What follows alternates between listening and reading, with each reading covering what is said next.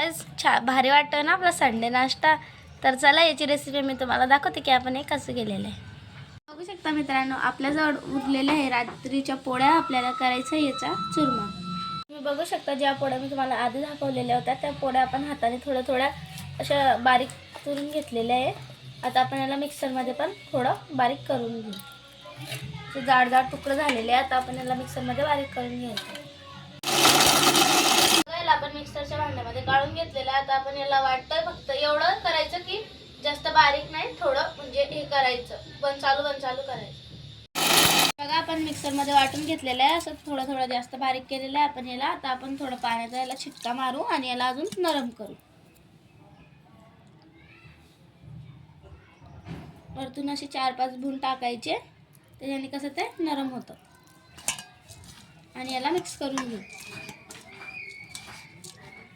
तुम्ही बघू शकता आपल्याला चुरम्याला लागणारं साहित्य आपण घेऊन घेतलेलं आहे. एका प्लेटमध्ये आपण शेंगदाणे, हिरव्या मिरच्या, कांदा आणि 2-3 आपण इथे बटाटे कापून घेतलेले छान धुवून.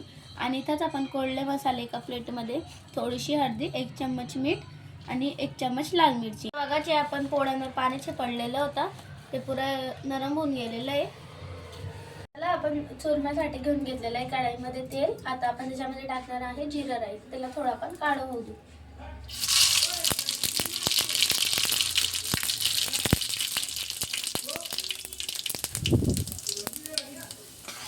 त्याच्यानंतर आपण टाकणार आहे त्याच्यामध्ये हिरव्या मिरच्या.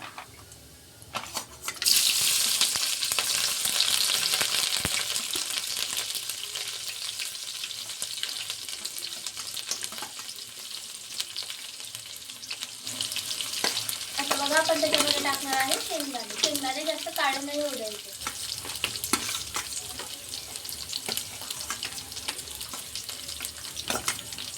चला आपण याला हलवून झालेले ते शेंगदाणे आणि मिरच्या आपल्या. आता आपण याच्यामध्ये टाकणार आहे कांदा. मग आपण थोडं बारीक चिरून घेतलेला आहे. कांदा अगोदर नाही घेतलेला आहे कारण तो आहे ना जळून जाणार. आपण कांदा पण टाकून दिलेला होता. कांदा जास्त नाही होऊ द्यायचा आहे. आता आपण याच्यामध्ये टाकणार आहे धुतलेले आपले बटाटे जे आपण बारीक काप केले होते. त्याला आधीच मी धुवून घेतलेलं होतं.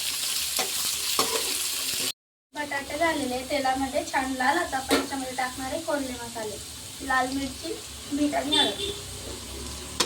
कोरडे मसाला हलवून घेऊ. चला आता आपण याच्यामध्ये टाकू आपल्या चुरलेल्या पोळ्या. मग किती बारीक चुरून घेतलेलं आहे. आपण याला पुरं मिक्स करून घेऊ त्याच्यामध्ये हलवून खालती वर. तर बघा आपण याला पुरं मिक्स करून घेतलेलं आहे. पुरं मिक्स झालेलं आहे. आता आपण याला थोडं 5 मिनिटं होऊ देऊ.